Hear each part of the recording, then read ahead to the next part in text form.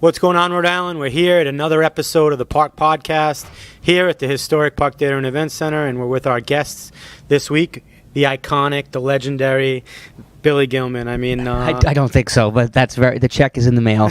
Well, thank you for being here today. Oh sir. my gosh, it's I can't wait to perform here, and it's great to be here today. Thank you for having me. We appreciate you having you here. I mean, it's been so cool to watch you, and we haven't had really the opportunity. We've seen each other out a couple times over the years, but just watching you kind of get to that level of stardom. You've released millions of albums, a lot of buys. You've had a Grammy nod, from my understanding. 20 years ago, your first song hit the 1883. It feels like 1883. There's a show like that, isn't there? But that's when I started. It feels I debuted in 1883. Yeah, 20 years though, right? It's been 20 years. It's insane that it's been that long, and it's crazy even at my age now how time goes by so fast. Sure.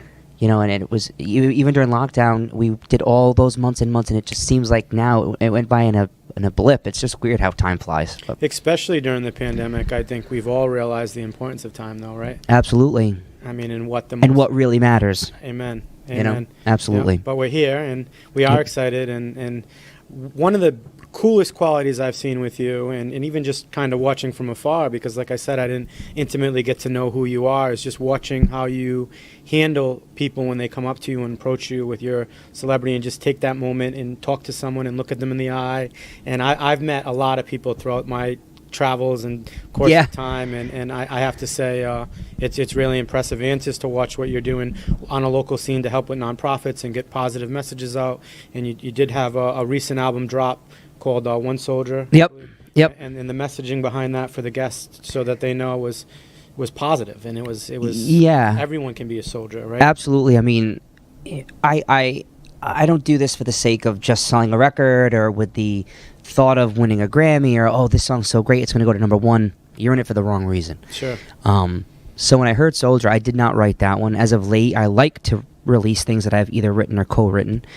But when I heard the message, it was actually written for someone else, and I said, I have to have that song. So I really fought for it. And finally they said, okay, it's yours. And we released it May before lockdown, because May is Mental Health Awareness Month, Suicide Awareness Month. And I thought, keep fighting. That's the base of the chorus. Stand your ground.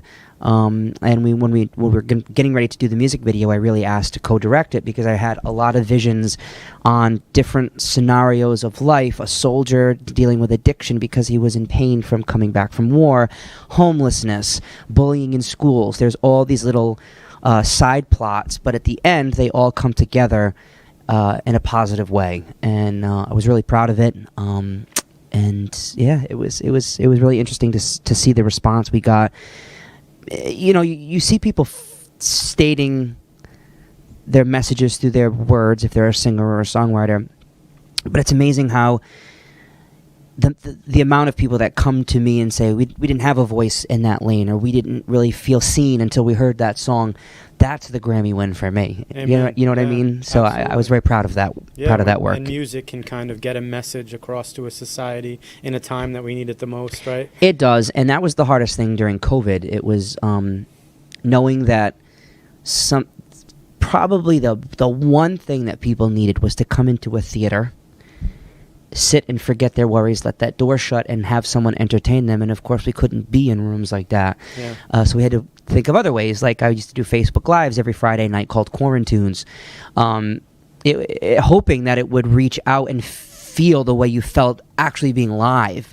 It's very hard to do that because they're in their kitchen watching it on their laptop. It's very it's detached, but it worked. And but yeah, and I've also realized in this current feel of the world that music does transcend all differences. Yes, it does. There's going to be different political views in that room December 10th, but it doesn't matter because they're here to hear a message and forget about their troubles or their issues or their stresses, and that's the best part of my job. It's the best. It's the best.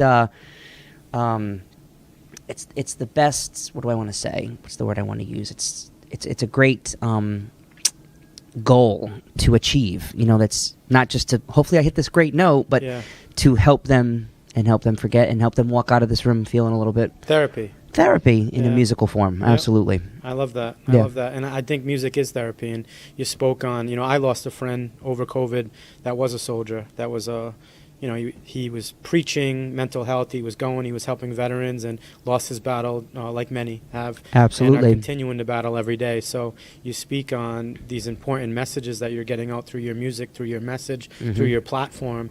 We still carry on his legacy. We just gave out 222 turkeys. His platoon number was 222, deeds, not words. And that feeling that you get when someone looks you in the eyes, and that real thank you-ness and genuineness of just telling that message of him and carrying his legacy on.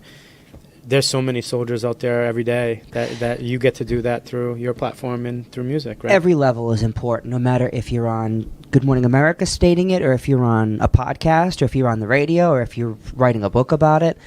All the mediums opening that stigma of it's okay to talk about it is a huge win. Because I think there's always this mindset of shut it down, especially men. It's very strange.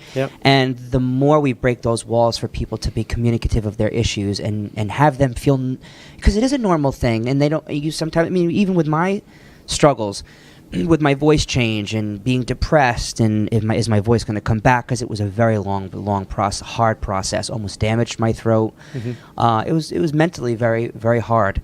That's probably what attached me and turned me on to Soldier in the beginning, for my own reasons, because I have to feel something on my own to know that I can convey it in a genuine way for people to get it for their own stories, and their own struggles or their own achievements or whatever the situation may be. But I feel the more we talk about it and the more we normalize the scenario at whatever level is very important. And that's a mission of mine through my music and through my philanthropic work, for my whatever. I love that. You said the word, being vulnerable. Like you said, being, as men, we're molded. You got to be strong. You got to be the strong one in the household. You can't be vulnerable. But, after the last 2 years, the more vulnerable we come to each other, understand each other's perspective, understand that we're all navigating through different battles in our own mind, then we can kind of figure out, that's the breakthrough. That's it. Communication, right? It's just the knowledge of it. People aren't educated in that way, where when you don't learn from another perspective and you're not educated on someone else's perspective, you don't think of it. It's just not in your head. It's not in your lane, and for you to gain a sense of someone else's perspective, I think is a form of tolerance and acceptance in whatever form. And I think it's very, very important. And I'm happy with the way the world is going in that respect. Amen. Amen. Yeah, we got to keep. There's a lot of work that still needs to be done. But we do it together through communication. That's it. And learning more and more about each other. So that's right. You're back on tour. Yeah, we've done. Oh God. Well over 100 dates this year, private, public, whatever. How does it feel? It feels great. And it was so funny because literally for, 20 months, I was sitting in front of cameras like this and singing in front of Instagrams and Facebooks. Wondering if people are watching. Right? Oh, yeah. You can see the number, whatever. Yeah. But the first show back, I honestly felt almost like I was 7 years old again, going, what am I supposed to be doing here? I was so rusty. Sure. I was singing every Friday night and doing like pay-per-view shows, but there were no audiences to feed off of, and to get in front of an audience of 300 or 400 or 700, whatever people. I'm like, like the lulls. I was rusty in my speech, that was something that was so natural. It's fine now, but it was so funny to think in that split second of a number of months, how they always say it's like riding a bike, but I was petrified. Yeah. Because the one thing I don't want to do is let someone down. Sure. They're coming to pay their, VIP, and then it's a lot of money, and I don't take that for granted. And I was scared to death for the first few weeks until the rhythm started again.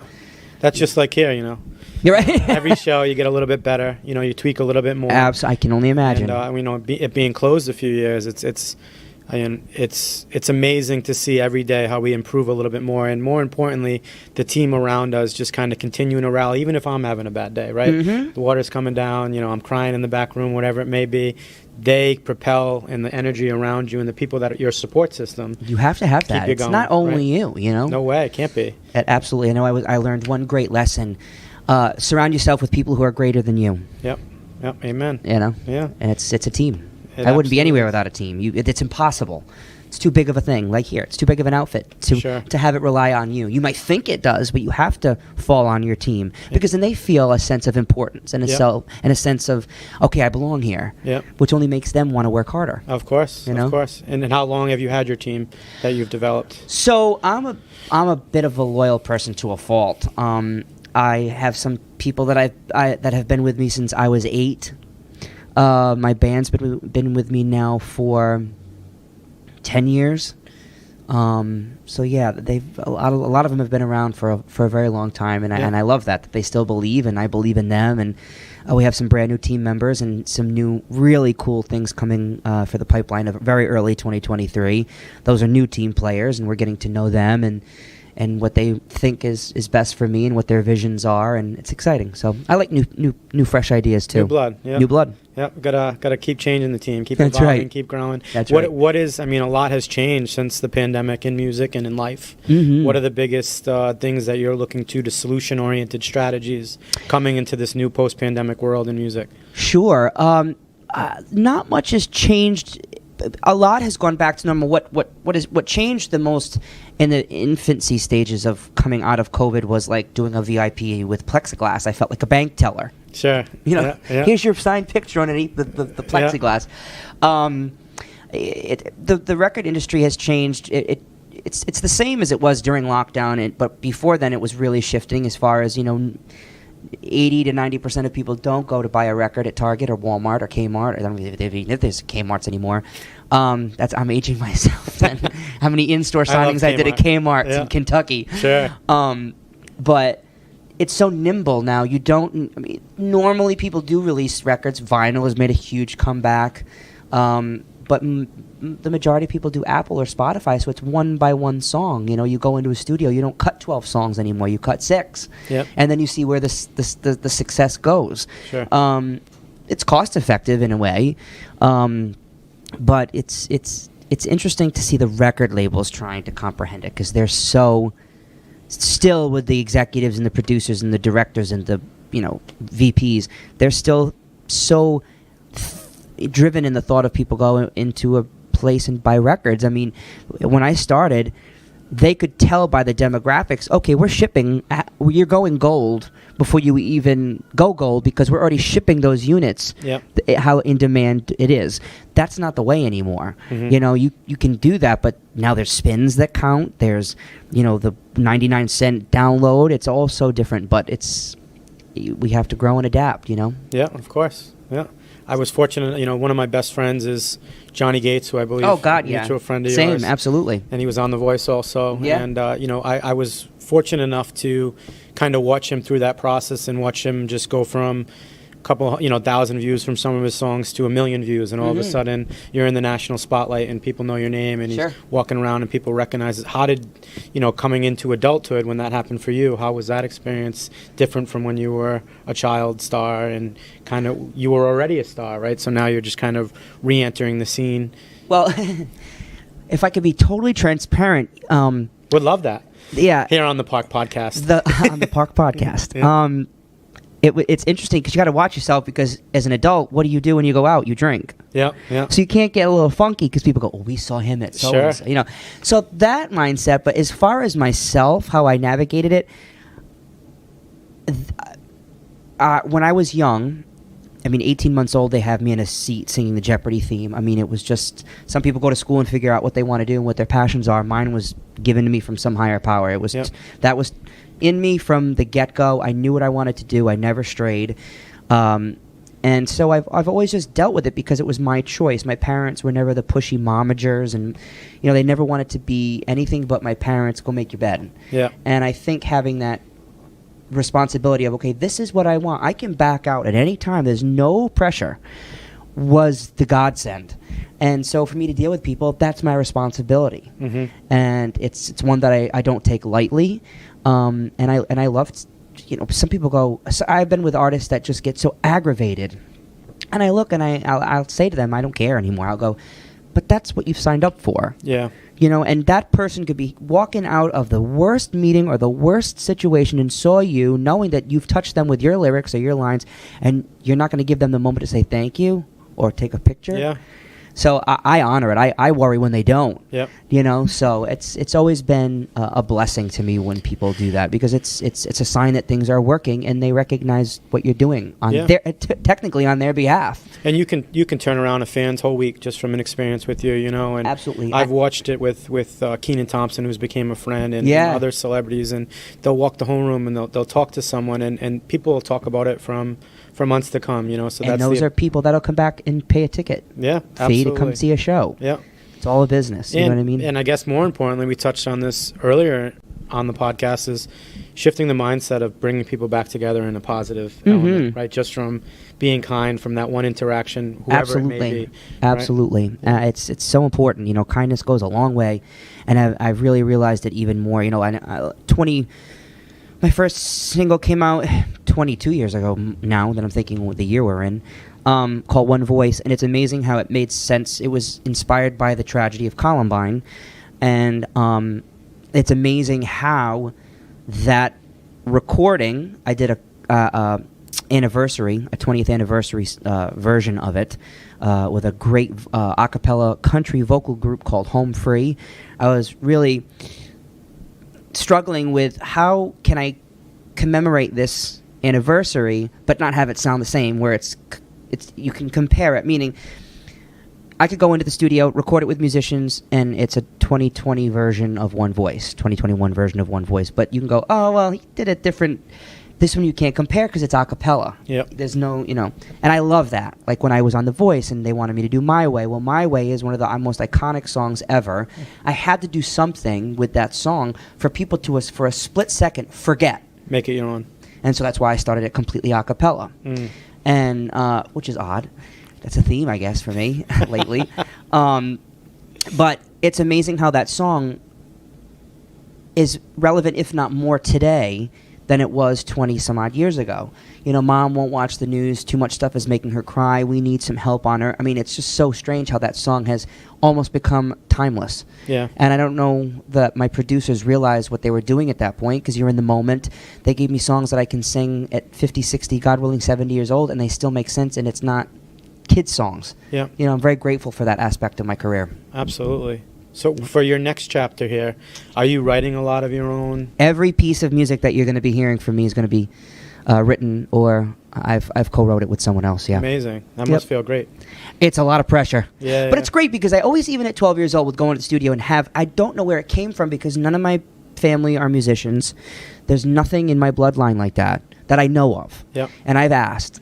And I always had this strong sense of when my gut wanted to hear this string or this guitar do, I don't know where that came from, even at 12. And they always would hear me, but they would never follow through with my vision. It was always their vision. Like a kid being told, you know, okay, you're going to put these sneakers on to go to school. You might not like the white ones, you might like the green ones. Yep. But it's your parents. And so I always had that in me, and finally, you know, coming into my teens and my early 20s and 21 before The Voice, I was really starting to songwrite and I went back to Nashville and just hit the pavement. Not here, I want a record deal. I just wanted to know how that button works on that console, or how that vocal comping, Pro Tools situation works. And I want to go into maybe get a publishing deal and sit down and write what I feel. Yeah. I want it to be an artist, not just a singer being told what to do. And with that comes responsibility, because, you know, if it sucks, sure, it's your fault. Sure. You can't go, told you. Yeah. It's you. So Yeah. you're striving for a certain amount of perfection, but what you realize is the imperfections are the perfection. Yep.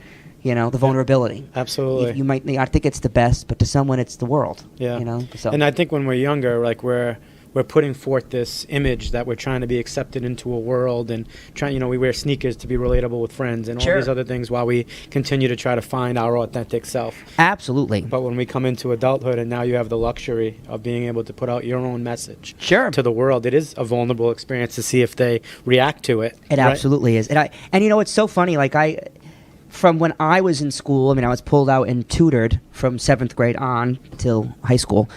So I really was just on in my own lane. But when I was in the depths of school, in a middle school scenario, You always did. You always tried to. You wanted. I'll never forget when I was growing up. The biggest thing was in this world. I don't think anyone. The older generations will know, like Jamie Earl Shoe World, right? Yep. You'd want those Adidas soccer. Sure. Yeah. Things. That was the coolest thing, right? So you wanted to buy them. You fit in, whatever. Seeing kids now, my cousins, fans that come through the line that are young. It's amazing how young people still listen to my music, which is great. All ages. People are in their own lane nowadays. I love it.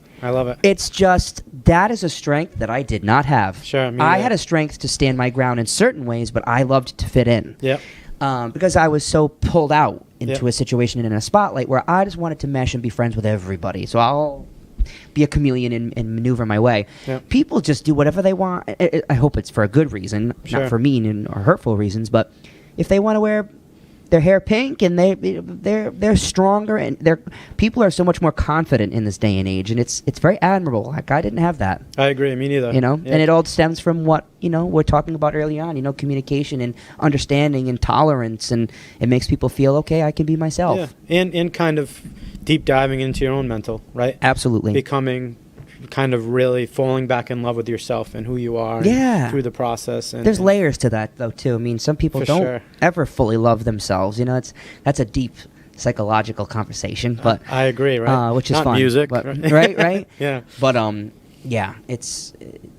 it comes down to just tolerance and respect. Yeah. Amen. Can we talk Rhode Island a little bit? You're still, as I know, living here. Oh, absolutely. Yeah. I'm back and forth here in Nashville, traveling, and of course with my travel. I hope to never fully leave. I will always be a Rhode Islander at heart. It's where my family is. It's what I love the most. I've literally been gone since I was 9 years old, and missing Christmases and birthdays and Thanksgivings, and so a piece of my heart always longs to be back as long as I can be. And my team doesn't go, okay, you gotta go, get back out of here, right? So I love Rhode Island. There's so many places that I love and love to visit. And favorite food. I'm gonna piss a lot of people. Oh, I don't know if I can say that, but I'm gonna make a lot of people mad because they go, "What about my restaurant?" Sure. And I think and I say this often. I think Rhode Island has some of the best restaurants in the country, without a doubt. And I've been, to Las Vegas with the Cone. So to everyone he doesn't say, I apologize. Right? I love you too. Yeah, but gotta come home. Gotta go up the Twin Oaks. Yeah, amen. Their eggplant, forget it. Yeah. Susie. Yeah, how are you? Davey, the best waiter, Heidi, as we call him. Yeah. I love in Southern Rhode Island, West Bakery. They're grinders. Yeah. If people are watching this outside of Rhode Island, they're gonna be like, "What is a grinder?" It's subs, I guess, if you want to call her a hoagie, maybe, depending on where you are. They have the best. It's that shredded lettuce with the oil and it's just the dream about it. The meats that they use within it. Oh, it's delicious. I love Rosamia's pizza. Yeah, very good. It's just Sienna is one of my favorites. Their bolognese is the best. I love to cook. That's something that is such a passion of mine outside of singing. Favorite meal to make? That depends. I can make a good carbonara, cacio e pepe, certain salmon dishes. Okay. My manicotti's pretty good. I don't know. I like to cook everything. Love it. Yeah. Love it. Tiramisu is pretty good. I do it the old-fashioned way. I don't cook the eggs, so don't freak out if you have my tiramisu. Love it. It's still safe. Yeah. You're going to make some for everyone for your show on the 10th? Sure. Yeah, where's the budget? That's a lot of seats. Yes, it is. It is. Yep. I love that. That's funny. No, very cool. What else, like when you're traveling, people ask about Rhode Island. What do you like to tell them about when you're lobbying about our state that we both love? It's a short shelf life, but it's the best from May to October, in my opinion. I mean, it's hard in the winter months. I get that, but to me, I mean, I've had people in my producing world early on when they weren't sure what Rhode Island was. I mean, now that Taylor had moved and it's become a little bit more on the map and whatever. Judge Judy moved in, Jay Leno. Yeah. People are kind of cognizant of Rhode Island a little bit more, but it's the best kept secret. I mean, I agree. When I live in Nashville, you have these like levees or you have these rivers.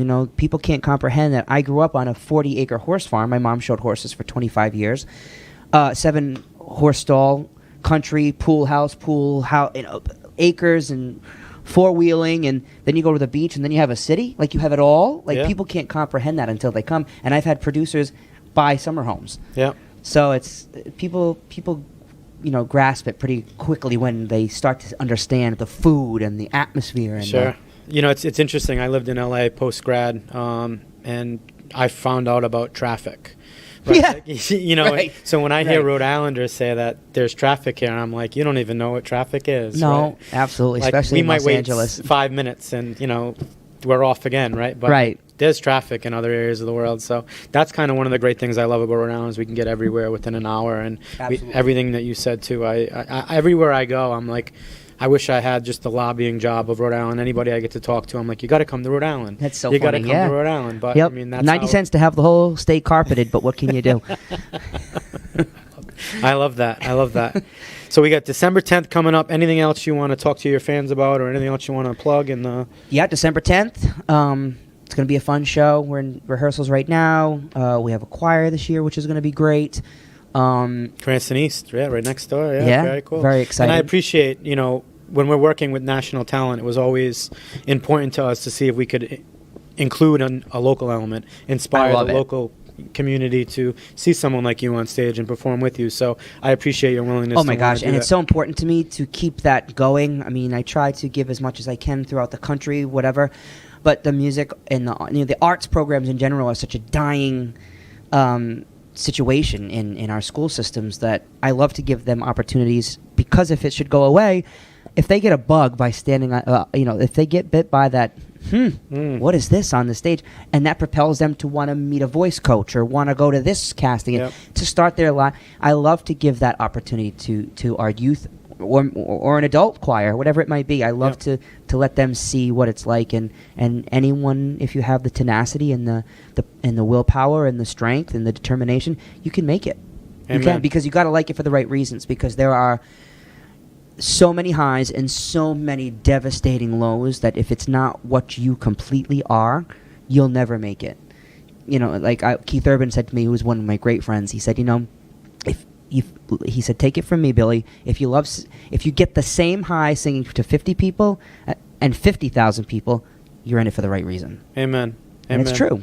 Amen. So I have to leave you with. I hope there's not 50. I hope there's more than 50 people coming. So we're going to try to sell this out. That's funny. Billy, it means I can't even tell you. It means the world that you agreed. I know you could perform anywhere in Rhode Island. That you agreed to be part of our revival efforts here.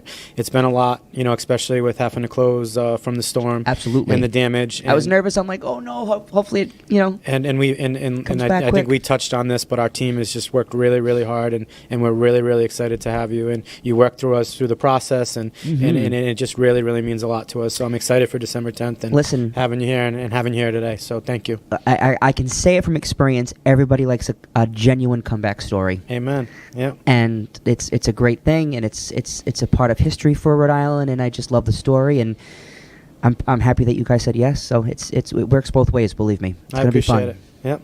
Well, I just want to thank everyone for checking out me and Billy Gilman today. Make sure you buy tickets, theparkri.com. Check out his music. Follow his continued career. Really, really, genuinely great person, and we're very excited for the 10th. So thank you to our sponsors, Soul Source Restoration and Construction, and just keep checking us out. We're going to be vulnerable on here. We're going to talk life. We're just kind of trying to bring a world back together through music, entertainment, conversation, communication. So thank you guys for checking us out.